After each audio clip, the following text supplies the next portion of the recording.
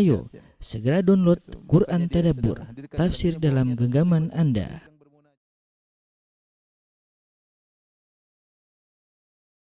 Bismillahirrahmanirrahim. Assalamualaikum warahmatullahi wabarakatuh.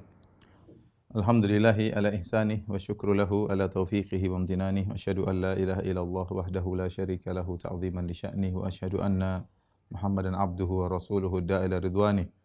Allahumma salli alaihi wa ala alihi wa ashabihi wa ikhwanih.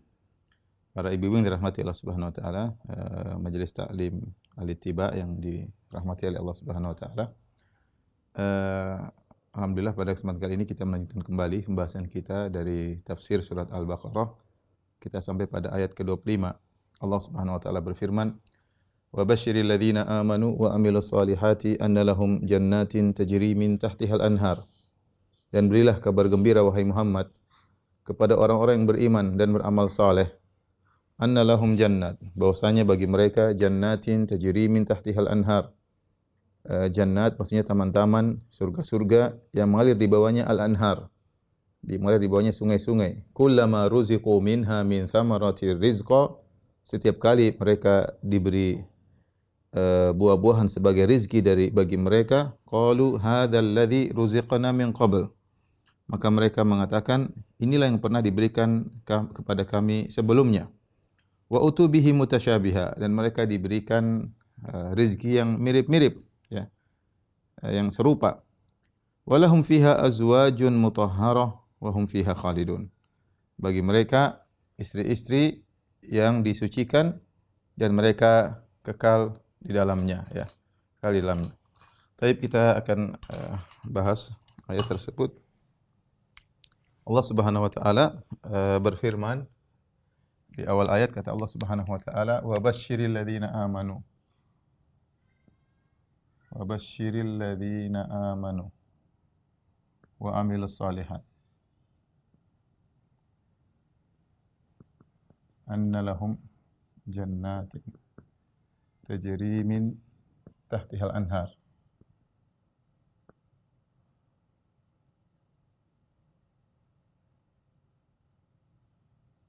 Min tahtihal anhar. Berilah kabar gembira, al-bisyarah, ya. At-tabsyir, al-bisyarah, kabar gembira, ya. Kabar gembira. Kata Al-Imam Al-Qurtubi diambil dari al-bisyarah, artinya kulit secara bahasa, artinya kulit. Ini artinya kulit. Apa hubungannya? Maksudnya ketika seorang mendengar kabar gembira, terasa pengaruhnya sampai pada kulitnya saking gembiranya tersebut, ya. Ya, kalau kita merinding mendengarnya saking gembiranya, kira-kira demikianlah. Artinya pengaruh kabar gembira tersebut sampai ke kulit.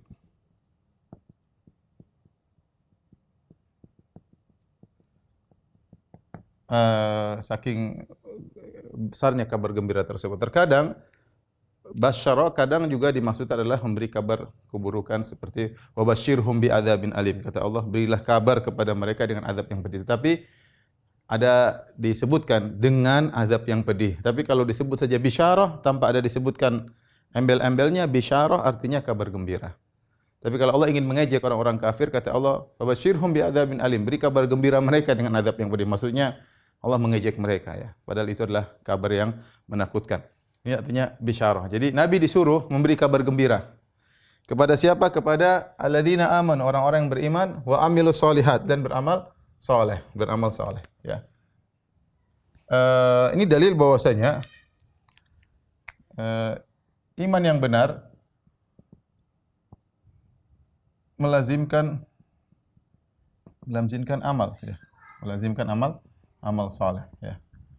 Dan sini saya sampaikan akidah Ahlus Sunnah, amal termasuk iman, ya. Akidah Ahlus Sunnah berbeda dengan akidah Murji'ah. Ahlus Sunnah bahwa amal bagian dari iman.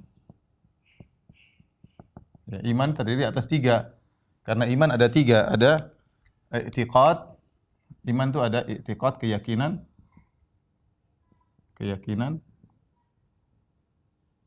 kemudian dengan lisan, kemudian dengan amal tubuh, amal anggota tubuh, amal anggota tubuh. Oleh karenanya amal ini termasuk daripada iman. Hanya saja amal disebutkan setelah iman sebagai bentuk dzikrul khas ba'dal am, yaitu penyebutan suatu yang khusus setelah yang umum. Ini sering saya sampaikan. Dzikrul khas ba'dal am, menyebutkan suatu yang khusus setelah umum. Kenapa? Karena pentingnya yang khusus tersebut. Seperti saya mengatakan, telah datang para ulama dan Syekh bin Baz. Syekh bin Baz termasuk ulama, tetapi Syekh bin Baz disebutkan penyebutan secara khusus. Bukan berarti dia bukan ulama, dia termasuk ulama, tapi disebutkan secara khusus karena pentingnya Syekh bin Baz. Sama. Wa basyiril ladzina amanu wa amilus solihat. Berilah kabar gembira kepada orang beriman dan beramal soleh. Ya. Iman dan amal soleh, apakah dua hal yang berbeda? Tidak. Amal soleh bagian daripada iman, tetapi disebutkan secara khusus karena dia penting. Karena konsekuensi daripada keimanan adalah amal soleh. Percuma seorang mengaku iman tapi dia tidak beramal soleh. Seperti buah, pohon tanpa buah. Ya. Pohon tanpa buah, tidak ada aplikasinya. Ya, iman harusnya membuahkan amal saleh, maka disebutkan secara khusus. Seperti juga Allah berfirman, "Man kana aduwwan lillahi wa malaikati wa rusulihi wa Jibril wa Mikail." Barang siapa yang bermusuhan kepada Allah, kepada malaikat-malaikat, kepada rasul-rasul, kepada Jibril, kepada Mikail. Jibril dan Mikail termasuk malaikat, tapi Allah sebutkan malaikat terlebih dahulu, kemudian Allah sebutkan secara khusus tentang Jibril dan Mikail karena pentingnya dua malaikat ini. Jadi ini dalil bahwasanya amal saleh adalah sangat penting dan dia merupakan kelaziman daripada iman yang benar. Kemudian kenapa disebut amal kebajikan dengan solihat? Kenapa disebut dengan solihat? Ya. Amal kebajikan dinamakan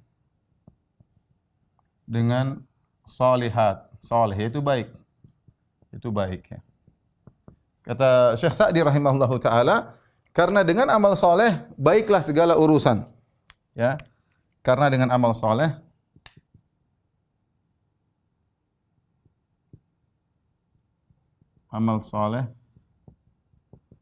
baiklah segala urusan. Ya. Segala urusan dan hilanglah segala keburukan. Segala keburukan.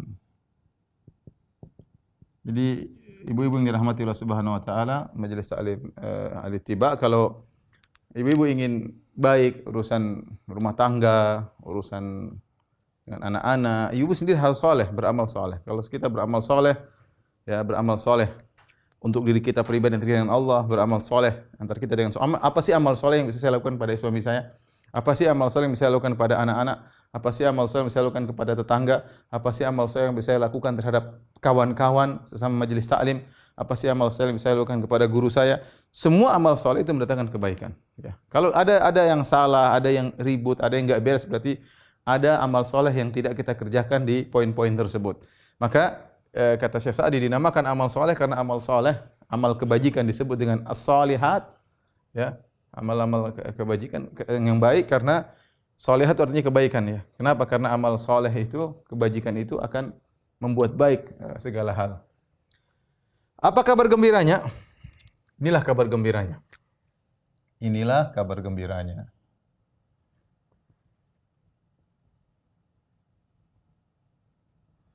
Yang pertama, annalahum jannatin, bagi mereka jannat. Taman-taman. Ya, taman-taman secara bahasa jannat itu ini plural ya, plural. Singularnya apa? Jannatun ya. Jannatun diambil dari kata jim nun yang menunjukkan sesuatu yang tersembunyi, yang tertutup. Ya, kata para ulama semua perkataan bahasa Arab yang ada kalimat, ada huruf jim, nun, ini kan jim, nun, tak marbutah. Jim, nun, maka semuanya menunjukkan sesuatu yang tertutup. Contoh, janin. Disebut janin, kenapa? Karena dia tertutup dalam perut ibunya. Ya. Contoh, disebut jin. Kenapa? Karena tidak kelihatan, tertutup mata kita. Ya. Jin. Contohnya junun, majnun ya, junun. Otaknya tertutup. Ya. Di antaranya jannah. Jannah ini tidak disebut dengan jannah kecuali tidak disebut jannah kecuali pohonnya lebat, pohon-pohonnya lebat. Kemudian rindang ya. Saking lebatnya sampai-sampai orang-orang di balik pohon-pohon tersebut tidak kelihatan. Jadi benar-benar lebat. Kalau hanya sekedar satu pohon, kemudian padang rumput pohon itu tidak disebut dengan jannat. Jannat itu suatu areal yang di situ banyak pohon, ya. Pohon menutupinya di tengah-tengahnya, tapi orang lihat dari luar seakan-akan tertutup dengan pohon-pohon tersebut. Itu namanya jannat, ya. Makanya disebut annalahum jannatin tajri min tahtihal anhar, yang mengalir di bawahnya sungai-sungai, ya. Sungai-sungai.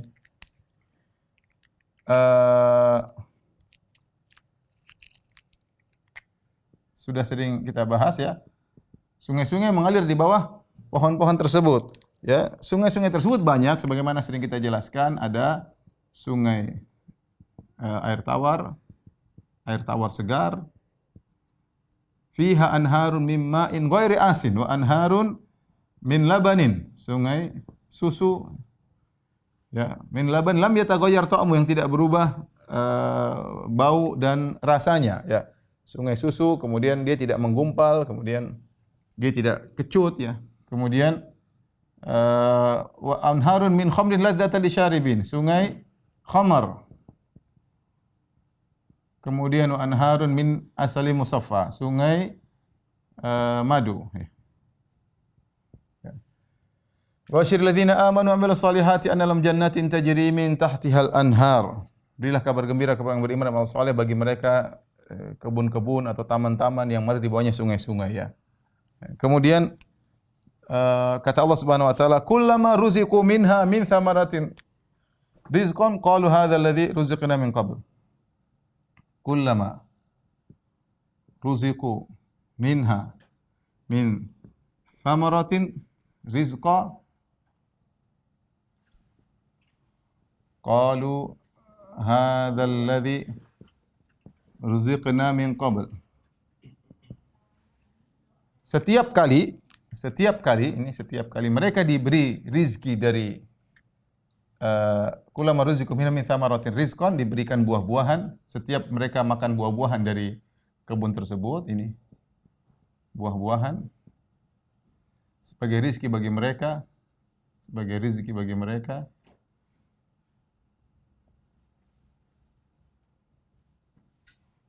qalu hadzal ladzi ruziqna min qabl, mereka berkata inilah kami diberikan sebelumnya. Inilah rizki yang kami diberikan sebelumnya ya, sebelumnya. Perhatikan sini, apa maksudnya inilah rizki yang kami diberikan sebelumnya? Sebelumnya di sini ada min qabl, ada dua pendapat. Ada yang mengatakan sebelumnya maksudnya ketika di dunia. Maksudnya ketika di dunia. Maksudnya apa? Maksudnya buah-buah yang di surga mirip ya. Apa namanya? Namanya ya. Seperti di dunia.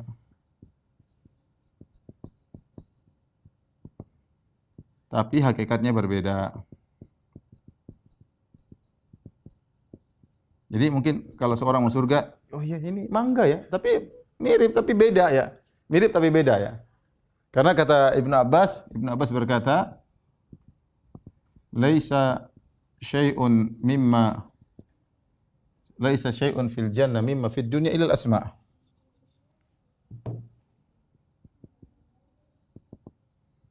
Mimma fid dunya illal asma. Tidak ada satupun di surga yang berkaitan dengan dunia apa yang di dunia kecuali hanya sekedar nama.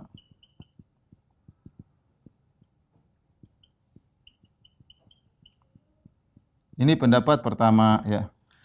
Jadi di dunia ketika mereka makan buah-buahan di surga, mereka bilang, "Loh, ini sama seperti kita waktu di dunia kita dikasih." Ya, artinya sama. Mangga mungkin kedondong ya, sama mangga, kedondong, jambu, tapi hakikatnya beda. Hakikatnya beda. Namanya sama ya. Disingkirip, oh ini mangga, oh ini, tapi hakikatnya beda. Yang kedua, min qabl maksudnya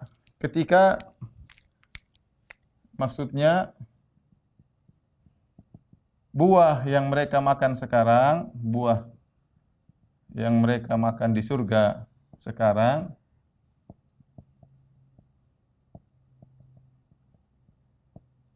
sama dengan buah yang mereka makan sebelumnya di surga juga.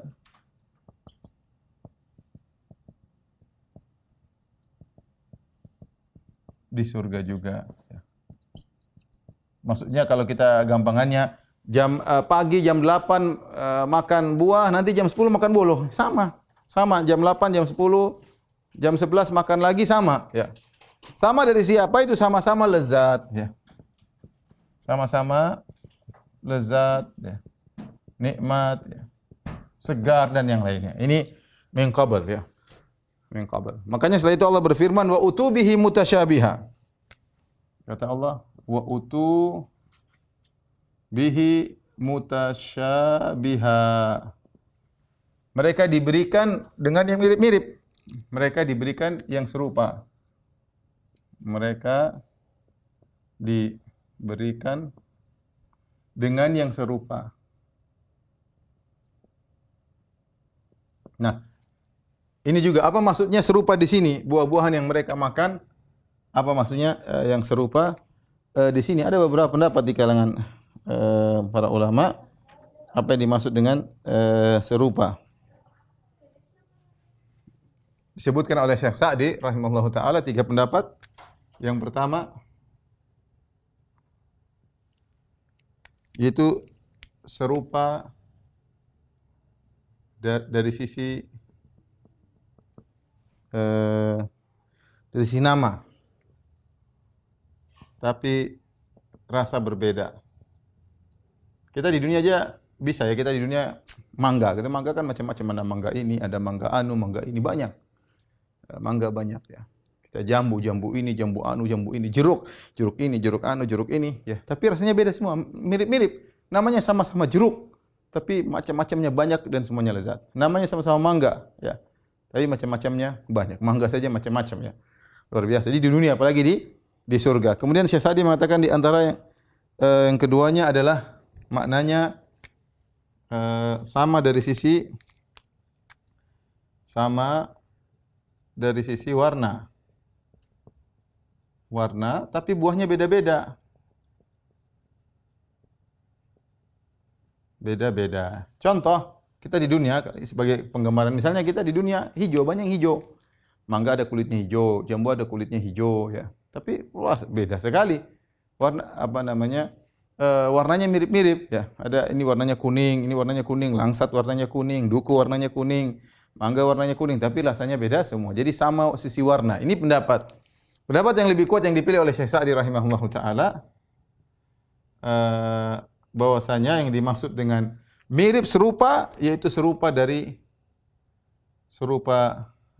kelezatan ya. Kelezatan dan keindahan buah tersebut, keindahan buah-buahan tersebut. Ya. Ya, ini utubihi mutasyabiha. Nah, ini kalau kita artikan serupa dari kelezatan keindahan, ya, ini menguatkan pendapat ini, Ya, kata Allah, kullama ruziqu minha min thamaratir rizqah. Setiap kali mereka diberi buah-buahan sebagai rezeki bagi mereka, qalu hadzal ladzi rizqna min qabl. Kata mereka ini seperti yang sebelumnya. Maksudnya bukan sebelum di dunia, tapi seperti sebelumnya kita dapat tadi. Sebelumnya kita juga dapat buah, sekarang dapat buah mirip. Mirip apanya? Kelezatan dan keindahan buah tersebut, ya. Semuanya buah mirip. Sehingga apa fungsinya? Fungsi mirip ini, fungsinya apa? Fungsinya ya. Buah yang sekarang juga mirip-mirip, yang sebelumnya mirip juga dengan sebelumnya. Fungsinya apa? Jadi ini lihat keserupaan dari dua sisi. Dari sisi sekarang di hadapan mereka mirip-mirip, dari sisi dengan yang sebelumnya juga mirip. Dari sisi apa? Kelezatan. Semuanya lezat. Sehingga fungsinya beda dengan di dunia. Kalau di dunia kita milih buah antara yang manis dengan meninggalkan yang asam.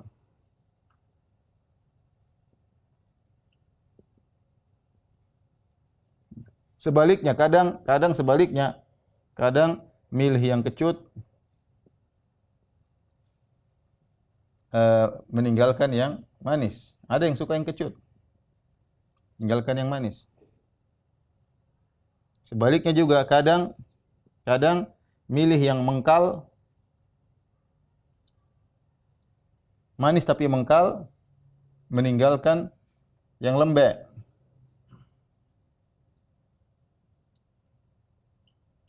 Ini di dunia. Kalau di surga, di dunia kita kan milih buah, ada yang manis, ada yang enggak asam. Asam enggak dimakan yang manis. Ada yang kecut, kita pingin ada buah yang kecut lebih enak daripada yang manis benar.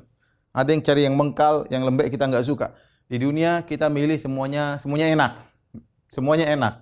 Kita milih bukan karena milih ini enggak enak, ini enak, enggak. Tapi di surga itu kita milih karena variasi. Pingin makan ini, pingin makan anu, pingin makan anu. Seperti kalau kita makan di restoran, ada udang enak, ada ikan kakap enak, ya. Semuanya enak, tapi kita ingin variasi. Bukan kita milih udang karena kakap enggak enak, tapi semuanya enak. Tapi kita ingin coba satu. Dan demikianlah di surga, buahnya semua mutasyabiha, lezat, mirip-mirip, tidak ada yang tidak enak, semuanya indah dilihat dan semuanya lezat. Taib tolong dihapus.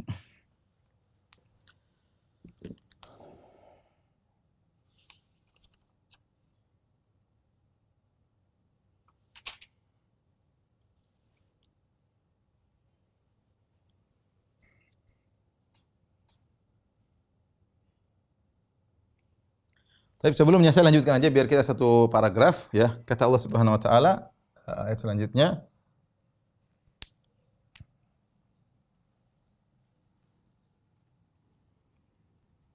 Kata Allah Subhanahu wa taala, "Wa lahum fiha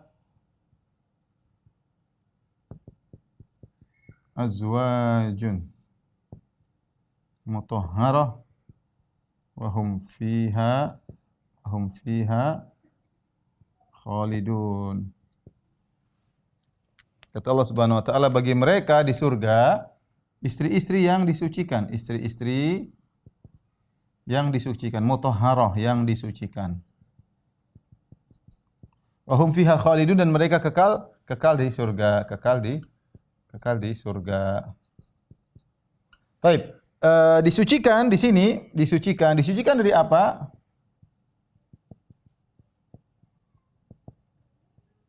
Allah tidak sebutkan disucikan dari apa. Dan kaidah menyebutkan jika ada sesuatu yang harusnya disebutkan, muta'allaq harusnya disebutkan, ternyata Allah tidak sebutkan, berarti memberikan faedah keumuman. Dan ini banyak dalam Al-Qur'an.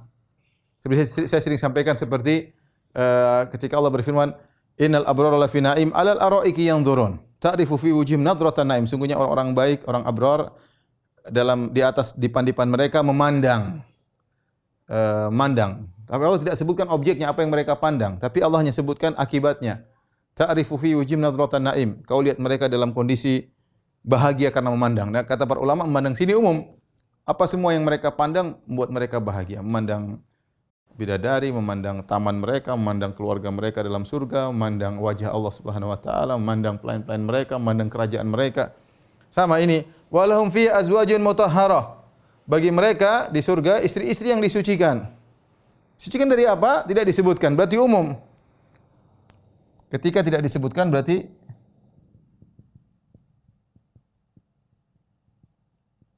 ini kaidah tafsir. Maka umum ya. Disucikan dari sisi fisik, kotoran-kotoran fisik, daripada kotoran-kotoran akhlak. Ya. Kotoran fisik, maka wanita di surga, kalau seorang wanita masuk surga, di dunia mereka ada kotoran, ada haid, kemudian ada buang air besar, ada buang air kecil, ada buang ingus, buang ludah, ada bau keteak, ada upil, ada kotoran telinga, macam-macam ya. Ada daki, ada tombe, ada macam-macam. Namanya manusia punya kotoran-kotoran, hasil metabolisme tubuh, maka muncullah berbagai macam kotoran. Tapi di surga semua kotoran itu hilang. Ya, kalau penghuni surga tidak ada yang buang air besar, buang air kecil, tidak ada, semuanya hilang. Ya, taib. Kemudian juga, ya, jadi tidak ada apa, tidak ada haid, ya, tanpa haid. Ya, kemudian tanpa kotoran, BAB, buang air kecil, buang air besar, ya. Tanpa daki, tanpa ingus, ya, upil, ludah dan lain-lain, ya. Adapun kotoran-kotoran akhlak disucikan, ya. Pandangan mereka disucikan, pandangan, pendengaran, kemudian penglihatan, kemudian apa, ucapan, sikap, semuanya, perbuatan. Kita di dunia terkadang melihat yang tidak dibenarkan, yang buat jengkel suami. Terkadang apa yang penglihatan yang buat jengkel suami, kalau istri tiap hari ngelihat tas baru, ngelihat sepatu baru, lihat jam baru, baru suami duit enggak ada. Ini penglihatan yang buat jengkel. Kemudian pendengaran, dengar macam-macam berita artis, berita anulah bikin suami jengkel. Apa dengerin istri kerjaannya? Ya, enggak ada coba dengar ngaji kayak dengar apa kayak, ya, penglihatan, ya. Sama pendengaran, ucapan kadang-kadang menyakitkan suami, ya. Apa ini? Perbuatan yang tidak menyenangkan. Semua itu hilang di surga. Ini kotoran-kotoran akhlak ini semuanya hilang. Kalau seorang suami masuk surga dan istri juga masuk surga, maka dibersihkan dari segala sisi, dari sisi akhlak, dari kotoran-kotoran akhlak dihapuskan, ya. Hati yang busuk juga, ya, kotoran-kotoran hati, ya. Ditambah lagi.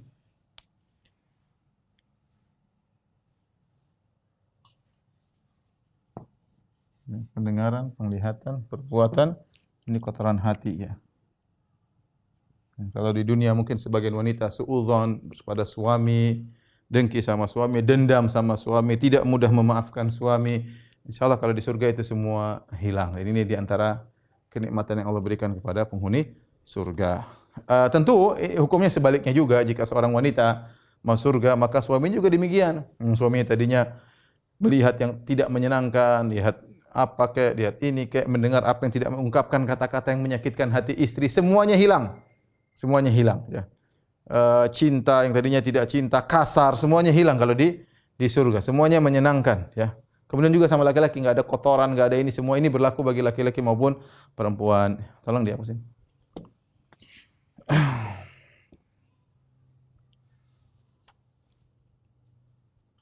Selanjutnya, ibu-ibu yang dirahmati Allah Subhanahu wa taala, ya, sambil menunggu dihapus papan tulis, kita bacakan ayat selanjutnya.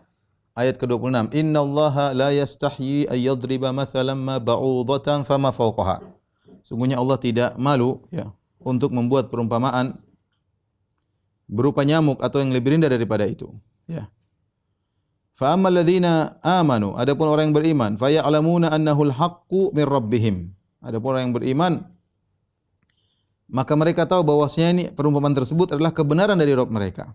Wa ammal ladzina kafaru, adapun orang kafir, fayaquluna madza aradallahu bihadza mathala. Kata mereka, Allah ingin apa dengan membuat perumpamaan seperti ini? Yudhillu bihi katsiran wa yahdi bihi katsiran. Dengan perumpamaan tersebut Allah memberi petunjuk kepada, menyesatkan banyak orang, wa yahdi bihi katsiran, dan Allah memberi petunjuk kepada banyak orang. Wa ma yudhillu bihi ilal fasiqin. Dan tidaklah Allah sesatkan dengan perumpamaan tersebut kecuali orang-orang yang fasik, ya. Kecuali orang-orang yang fasik. Kita lanjutkan, ya.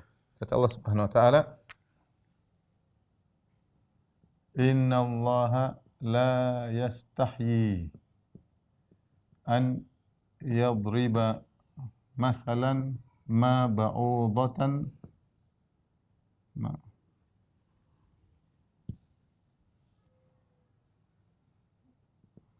wa ma fawqaha. Artinya sungguhnya Allah tidak malu.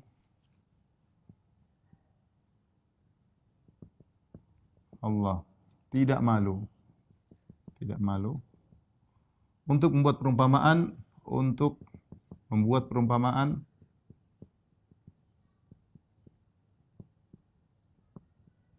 seekor nyamuk ya, atau lalat, seekor nyamuk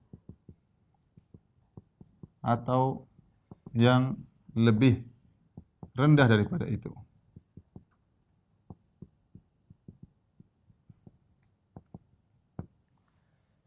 Selanjutnya apa? Akibat perumpamaan ini kata Allah Subhanahu wa taala, fa ammal ladzina amanu faya'lamuna annahu al-haqqu min rabbihim. Wa ammal ladzina kafaru fayaqulun madza aradallahu bihadza mathala. Aradallahu bihadza mathala yudhillu bihi katsiran wa yahdi bihi katsiran wa ma yudhillu bihi lil fasiqin wa ma yudhillu bihi illal fasiqin. Ibu silakan lihat di Al-Qur'annya ya. Taib, kita jelaskan. Sungguhnya Allah tidak malu. Kenapa Allah bikin perumpamaan ini? Ada yang mengatakan perumpamaan tersebut banyak dalam Al-Quran yang kelihatannya aneh, sehingga orang-orang kafir ngejek, apa sih maksud Allah bikin perumpamaan seperti ini? Seperti yang sudah kita sebutkan pada ayat-ayat sebelumnya, Allah berikan perumpamaan tentang orang-orang munafik. Mathaluhum kamathalil ladzi istawqada nara. Perumpamaan mereka seperti orang yang menyalakan api ya. Perumpamaan api, perumpamaan apa? Atau perumpamaan hujan ya, atau perumpamaan seperti Allah bikin perumpamaan lalat. Ya duriba mathalun fastami'u lah innal ladzina tad'unahu min dunillahi la yakhluqu dzubaban wa la yajtama'u lah. Wahai orang manusia, dengarkanlah perumpamaan dibuat bagi kalian. Sungguhnya kalian sembah selain Allah tidak bisa menciptakan seekor lalat meskipun mereka bersatu padu membuat seekor lalat. Wa yaslubuhum dzubabu syai'an la yastanqidhuhu min. Kalau lalat mengisap sesuatu dari sembahan kalian, kalian tidak bisa ngambil lagi dari lalat tersebut. Ya, ini perumpamaan. Allah bikin perumpamaan, banyak perumpamaan. Ya. Adapun orang beriman, mereka tahu itu perumpamaan benar. Ya. Mereka beriman dan mereka tahu perumpamaan tersebut benar. Ini orang beriman. Bahkan mereka bertambah keimanan kata Allah Subhanahu wa taala, wa idza ma unzilat suratun faminhum man yaqulu ayyukum zadatuhum hadhihi imana. Fa ammal ladzina amanu fazadathum imana wa hum yastabshirun. Ya, dalam kata Allah Subhanahu wa taala, ketika diturunkan ayat kepada orang beriman, mereka bertanya, ayyukum zadatu hadhihi imana? Siapa di antara kalian ya yang bertambah imannya dengan ayat yang Allah turunkan? Fa ammal ladzina amanu, adapun orang yang beriman, maka mereka bertambah keimanan mereka dan bahkan mereka gembira ya. Orang beriman setiap ayat turun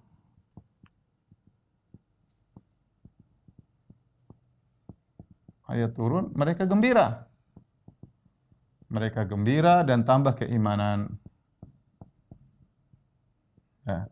Kenapa? Karena ini ayat dari Rabb mereka. Mereka senang ada ayat, ada ilmu baru, ada perumpamaan baru, mereka pikirkan, mereka tambah faedah dengan ayat-ayat tersebut. Adapun fa amal ladzina kafaru, orang kafir mereka mengatakan apa? Allah maunya apa sih? Maunya Allah apa sih kata mereka? Maunya Allah apa? Bikin perumpamaan seperti ini ya. Fazadatum rijzan ila rijsihim wa matuhum kafirun. Maka mereka semakin turun ayat semakin kufur.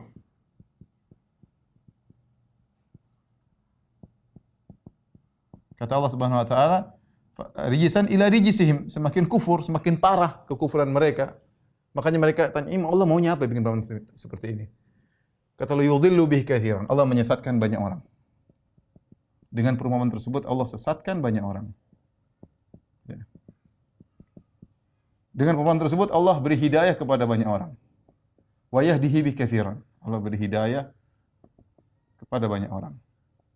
Jadi satu ayat ini terkadang bisa nambah hidayah sebagian orang, semakin membuat kufur semakin orang. Makanya Al-Qur'an itu ya, subhanallah, kalau orang serius berusaha maka dia akan dapat hidayah, jadi beriman. Ada ayat Al-Qur'an bikin orang semakin kufur. Kenapa? Karena mereka pantas untuk seperti itu. Hati mereka kotor. Kata Allah makanya di akhir ayat, "Wa ma yudhillu bi ilal fasiqin." Allah tidak menyesatkan kecuali dengan perumpamaan tersebut kecuali orang-orang fasik. Yaitu yang pantas. Orang-orang fasik yang pantas untuk disesatkan. Allah Maha tahu siapa yang pantas disesatkan, siapa yang pantas dapat hidayah dari hati mereka ya. Baik, kita kembali. Allah berfirman, "Innallaha la yastahyi." Sesungguhnya Allah tidak malu. Sifat malu ini datang dalam ayat sifat malu dalam Al-Qur'an, dalam dua ayat. Yang pertama ayat ini, "Innallaha la yastahyi." Wallahu la yastahyi minal haqq. Dalam ayat yang lain, "Wallahu la yastahyi minal haqq." Dalam hadis banyak, adapun dalam hadis banyak, dalam beberapa hadis seperti ketika ada orang masuk ke dalam masjid kemudian dia malu-malu. Kata Nabi sallallahu alaihi wasallam, fa amma al-akhar, adapun yang lain fastahya, dia malu-malu masuk ke dalam majelis ilmu, fastahyallahu minhu, maka Allah pun malu padanya. Di antaranya seperti perkataan Ummu Salamah. Ummu Salamah berkata, "Ya Rasulullah, innallaha la yastahyi minal haq." Ya Rasulullah, sesungguhnya Allah tidak malu daripada kebenaran. Ya. Apa maksudnya sifat malu di sini? Sifat malu di sini bukan seperti makhluk, ya. Bukan seperti malunya makhluk. Makhluk karena kekurangannya. Adapun malunya Allah, ya, seperti juga dalam hadis Innallaha hayyun sittir, ya, innallaha hayyun sittir, la yastahyi min abdihi idza rafa'a yadayhi ilaihi an yaruddahu sifran. Sungguhnya Allah malu kalau ada hamba mengangkat kedua tangannya ke arah Allah kemudian Allah mengembalikannya dalam kondisi kosong. Kalau manusia malu, kenapa? Dia minder, malu karena kekurangan. Adapun Allah, ya, karena maha sempurnanya, karena maha kebaikannya, maha baiknya, Allah malu, ya. Misalnya malu apa? Malu untuk tidak memaafkan hamba. Ya, misalnya malu tidak memaafkan hamba. Karena saking baiknya Allah. Misalnya malu, ya. Allah maha baik, ya. Masa tidak memaafkan hamba, ya. Malu, ya, tidak mengabulkan doa hamba.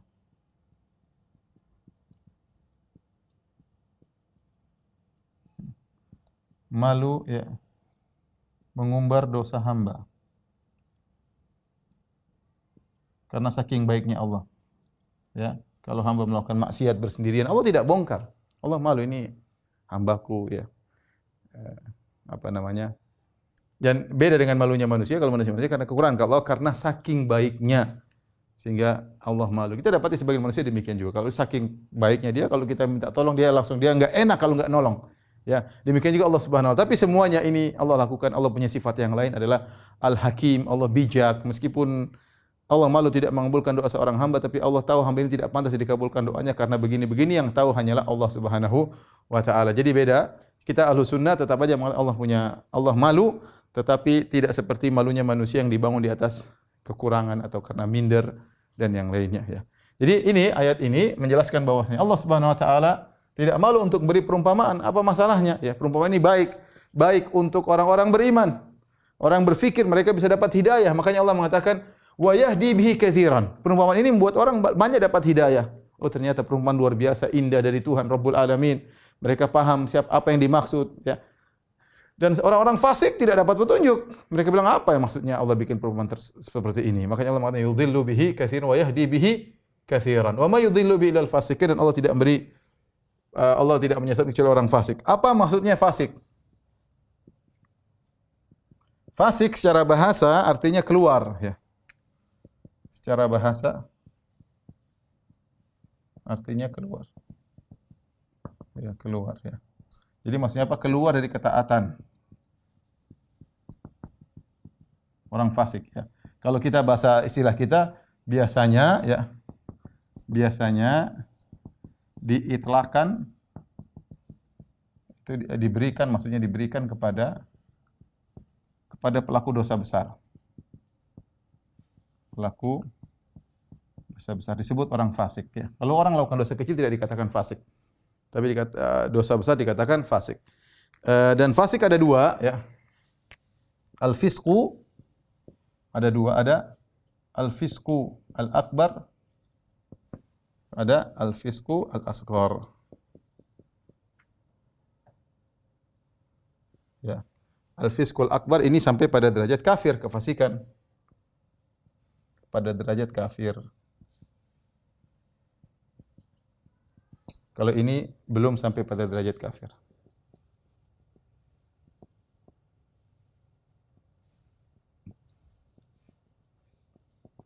Nah, ayat ini illal fasiqin, ayat ini itu yang derajat kafir, ya.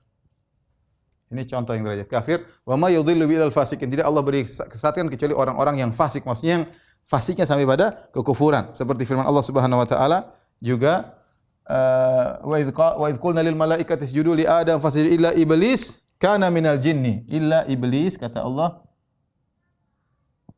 kana minal jinni fa fasaqa an amri rabbih. Kata Allah, semua sujud kepada malaikat kecuali iblis, dia termasuk jin, fa fasaqa, dan dia fasik, ini maksudnya kafir. Dia keluar dari perintah Allah, maksudnya dia kafir. Adapun fasik yang tidak kafir seperti firman Allah Subhanahu wa taala, ya ayyuhalladzina amanu in ja'akum fasiqun binaba'in fatabayyanu. Fatabayyanu. Wahai orang beriman, jika datang kepada kamu seorang fasik, ini tidak kafir, maksudnya orang fasik pembawa berita, ini fasik tidak kafir. Membawa berita, ya orang pelaku maksiat ataukah tidak percaya, tidak amanah, memberi kabar, binaba'in fatabayyanu, maka ceklah, kata Allah, cross ceklah terlebih dahulu, ya. Taib. Ibu dirahmati Allah Subhanahu wa taala.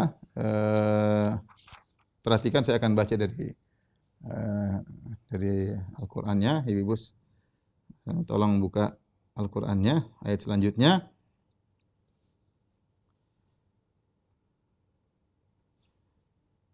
Ayat selanjutnya, ayat ke-27. Kata Allah Subhanahu wa taala, "Alladzina yanquduna ahdallahi min ba'di mitsaqih." Siapa orang-orang fasik tersebut? Timbul pertanyaan. Siapa orang fasik tersebut? Kata Allah, orang-orang yang melanggar perjanjian Allah. Min ba'di mitsaqih, setelah Allah berikan perjanjian yang berat kepada mereka. Wa yaqta'una ma amarallahu bihi, ini sifat-sifat orang fasik. Mereka melanggar perjanjian Allah setelah dikuatkan perjanjian tersebut. Perjanjian di sini perjanjian di antara seorang hamba dengan Allah. Dia berjanji, Allah saya akan begini. Ternyata dia melanggar. Atau perjanjian dia dengan sama manusia. Perjanjian sudah dimateraikan, sudah ditanda tangan, sudah disahkan saksi, sudah dinotariskan. Ternyata dia melanggar. Apalagi sudah bersumpah dengan nama Allah, ternyata dia melanggar. Ya. Kalau zaman zaman dulu mereka buat janji, mereka menjadikan Allah sebagai saksi. Untuk memastikan. Tapi ternyata mereka melanggar. Jadi ini sifat orang fasik, suka melanggar janji. Wa yaqta'una ma amarallahu bihi, dan sifat mereka juga di antaranya memutuskan apa yang Allah perintah untuk sambung. Banyak ulama menafsirkan maksudnya silaturahmi. Di antara ciri orang fasik suka memutuskan silaturahmi. Maka janganlah kita seperti demikian. Kita sambung yang Allah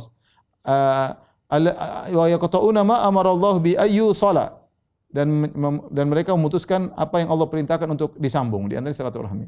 Ikhwan, sabar dalam menjalankan kehidupan kita sehari-hari. Kita punya kerabat, kita punya orang terdekat, kita punya suami, kita punya anak-anak, kita punya mertua, kita punya orang tua, kita punya sepupu, kita punya kakak dan adik. Namanya kehidupan keluarga terkadang terjadi cekcok, tapi sabar, jangan kita putuskan. Ya, karena silaturahmi itu pahalanya besar, memutus silaturahmi dosa besar. Ya, la yadkhul jannata qati'. Kata Nabi SAW, tidak masuk surga orang yang memutuskan silaturahmi. Maka dia bersabar dalam menjalani kehidupan dia sehari-hari. Karena namanya keluarga biasanya ada masalah. Ya. Kemudian kata Allah Subhanahu Wa Taala, wa yufsiduna fil ard, dan melakukan kerusakan di atas muka bumi, ya, dengan bermaksiat, ya, dengan menyebarkan kefasikan, dengan mengajak orang bermaksiat. Sifat-sifat mereka, sifat-sifat orang-orang fasik. Ini mereka pantas disesatkan oleh Allah Subhanahu wa taala dan kita menjauhi sifat-sifat tersebut. Kemudian Allah tutup ayat 27 dengan firman-Nya, ulaika humul khasirun. Mereka itulah orang-orang yang merugi. Mereka itulah orang-orang yang merugi, ya. Ulaika, mereka, hum, tambahan hum sini, itulah kalau ke bahasa kita. Al-khasirun, orang-orang yang benar merugi. Seakan-akan kerugian tersebut hanya pada mereka. Artinya kata para ulama, kerugian mereka sempurna di dunia dan di akhirat. Tidak ada keuntungan sedikit pun, tidak ada keuntungan sedikit pun. Rugi dari segala sisi dunia maupun di akhirat, dan kerugian ini sampai di akhirat, sampai mereka kekal dalam neraka selama-lamanya. Tidak ada keuntungan sedikit pun. Hati-hati jangan menjadi orang fasik, ya. Jadi orang fasik. Setelah itu Allah berfirman ayat ke-28, kaifa takfuruna billahi wa kuntum amwata. Bagaimana kalian kafir kepada Allah dahulu kalian amwat, kalian dulu mati, maksudnya kalian dulu tidak ada. Tidak ada, dalam kondisi belum ada. Fa ahyakum, kemudian Allah hidupkan kalian, itu Allah keluarkan kalian dari perut ibu kalian, hidup di atas muka bumi. Ya, Allah tiupkan ruh. Allah berikan malaikat suruh tiupkan ruh sehingga hiduplah kalian jadi janin keluar dari perut ibu kalian. Tsumma yumitukum, setelah itu Allah matikan kalian, masuk dalam alam barzakh. Tsumma yuhyikum, kemudian Allah hidupkan lagi kalian di yaumul akhir, itu hari kebangkitan. Tsumma ilaihi turja'un, kemudian kepada Allah kalian kembali, mau surga atau neraka. Ya, Allah bilang, saya ulangi ayatnya, kaifa takfuruna billahi wa kuntum amwatan, ya, fa ahyaakum tsumma yumitukum tsumma yuhyikum tsumma ilaihi turja'un. Bagaimana kalian kafir kepada Allah? Allah dahulu yang buat dari kalian tidak ada, ya. Wa kuntum amwatan, kalian dulu kosong, enggak ada apa-apa. Fa ahyaakum, Allah hidupkan kalian keluar dari perut ibu kalian jadi janin. Tsumma yumitukum, Allah matikan kalian. Setelah hidup lama matikan, masukkan dalam alam barzakh. Tsumma yuhyikum, Allah bangkitkan kalian lagi. Tsumma ilaihi turja'un, kemudian kalian kembali kepada Allah. Ini semua kalian tidak berhak mengaturnya, yang ngatur Allah Subhanahu wa taala. Kalau kalian tahu Allah yang mengatur tahapan kalian, kita ini yang jalan, karena kita enggak bisa apa, mau hidup lama enggak bisa. Semua orang ingin hidup lama, menikmati dunia, ya, yang ingin hidup lama. Setiap orang tidak ingin sakit. Semua orang di alam barzakh ingin dapat nikmat kubur, tapi bukan di tangan dia. Dianya berusaha. Jadi Allah mengatakan, bagaimana kalian kufur kepada Allah yang seluruh tahapan kehidupan kalian Allah yang ngatur, ya. Allah yang tiupkan ruh, Allah yang kasih janin kalian hidup, Allah yang mengeluarkan kalian selamat dari perut ibu kalian, Allah yang menghidupkan kalian, Allah yang mematikan kalian, terus kalian mau kufur kepada Allah. Pantaskah kalian kufur kepada Allah sementara segala sesuatu diatur oleh Allah Subhanahu wa taala? Taib, ayat yang terakhir yang kita bahas pada kesempatan kali ini, kata Allah, huwallazi khalaqalakum ma fil ardi jami'an tsumma istawa ila as-sama' fasawwahunna sab'a samawatin wa huwa bikulli syai'in alim. Dan dialah Allah yang menjadikan segala sesuatu yang ada di atas muka bumi ini untuk kalian. Kemudian dia berkehendak menuju langit. Lalu dijadikanlah 7 langit dan dia maha mengetahui segala sesuatu. Tapi ini ada beberapa poin yang perlu kita perhatikan. Pertama, Allah berfirman, huwallazi khalaqalakum ma fil ardi jami'an. Dialah Allah yang menciptakan bagi kalian seluruh di atas muka bumi. Ini kata para ulama dalil bahwasanya segala perkara hukum asalnya halal. Segala perkara duniawi hukum asalnya halal. Segala makanan hukum asalnya halal, segala minuman hukum asalnya halal, segala benda di atas langit hukum asalnya mengkonsumsinya adalah halal. Karena Allah mengatakan huwallazi khalaqalakum ma fil ardi jami'an. Dialah menciptakan bagi kalian seluruh di atas muka bumi untuk kalian. Hukum asalnya halal. Sampai ada dalil yang mengharamkan. Oh ternyata ini haram. Oh ini ternyata buruk, haram. Oh ini ternyata zina tidak boleh. Oh ini ternyata ini. Tapi hukum asalnya halal. Oleh karenanya di dunia ini yang halal lebih banyak daripada yang haram. Tetapi setan menghiasi kita untuk melakukan yang haram. Kata setan, la uzayyinanna lahum fil ardi. Dia bersumpah di hadapan Allah, sungguh aku akan menghiasi maksiat bagi mereka. Aku hiasi sampai mereka kalau tidak bermaksiat gelisah, maunya bermaksiat. Padahal yang halal banyak. Kita tontonan banyak tapi kita mau nonton yang haram. Yang mau kita dengar banyak tapi kita mau dengar yang haram. Ya. Ya, yang makan halal banyak tapi ingin makan yang haram. Sebagian orang tahu yang halal banyak tapi dia mau makan yang haram. Ini sudah Allah lakukan sejak yang ini sudah dilakukan oleh iblis sejak di surga. Di surga pohon begitu banyak tapi iblis digoda oleh setan sampai Adam digoda oleh iblis. Padahal di surga banyak sekali tumbuh-tumbuhan, Adam digoda oleh iblis sampai Adam akhirnya makan satu buah tersebut atau mendekati buah tersebut, padahal banyak buah yang halal. Oleh karenanya hukum asal segala sesuatu muka bumi ini halal. Sampai ada yang mengharamkan. Ya. Ustaz, makan buah ini? Ya, halal. Apa dalilnya? Ustaz, apa hukum makan kepiting? Halal. Mana dalil yang mengharamkan? Kalau enggak ada dalil yang mengharamkan, kita bilang halal. Ya. Termasuk muamalah juga demikian. Jadi ini dalil segala sesuatu hukum asalnya halal. Kemudian yang kedua, ayat ini juga dijadikan dalil hukum asal segala sesuatu suci. Hukum asal segala, karena Allah mengatakan Dia yang telah menciptakan di atas muka bumi untuk kalian, dan untuk kalian maksudnya suci asalnya. Sampai ada yang menajiskan, sampai ada dalil yang menunjukkan dia najis. Makanya kita kemana-mana hukum asalnya suci. Ada air mana-mana hukum asalnya suci. Ada benda apapun hukum asalnya suci. Sampai ada dalil yang menunjukkan dia najis.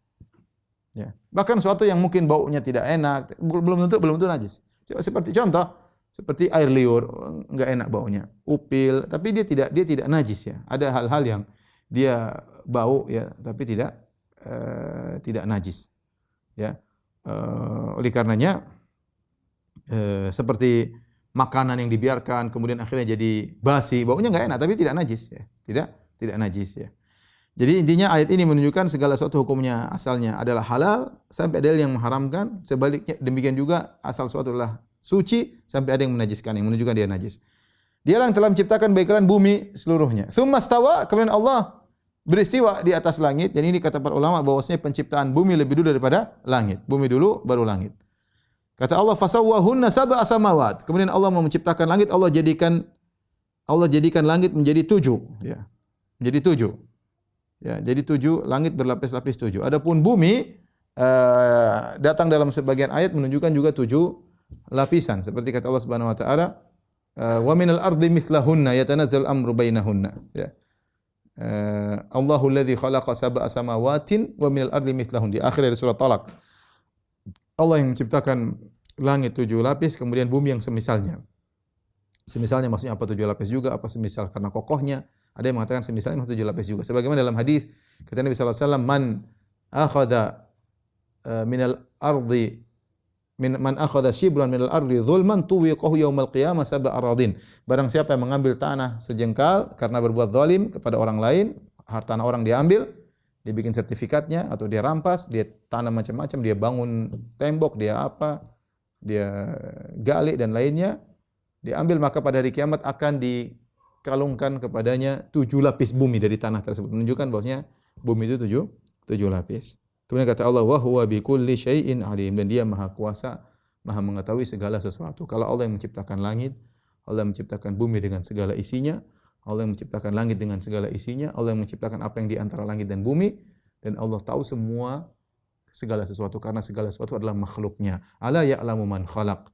Tidakkah yang menciptakan tahu apa yang Dia ciptakan? Dia kreator, Dia tahu apa yang Dia kreasikan ya.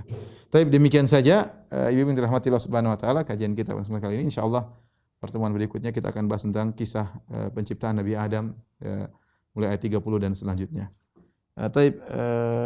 Demikian saja apa yang bisa saya sampaikan kesempatan kali ini kepada para ibu-ibu majelis taklim Al-Ittiba. Semoga Allah mengangkat derajat ibu-ibu sekalian di dunia maupun di akhirat, terus semangat untuk ilmu, menjadi wanita salehah, berbakti kepada suami dan juga kepada orang tua. Kita bertemu di kesempatan yang lain. Wabillahi taufiq wal hidayah. Assalamualaikum warahmatullahi wabarakatuh. Subhanallah bihamdika asyhadu an la ilaha illa anta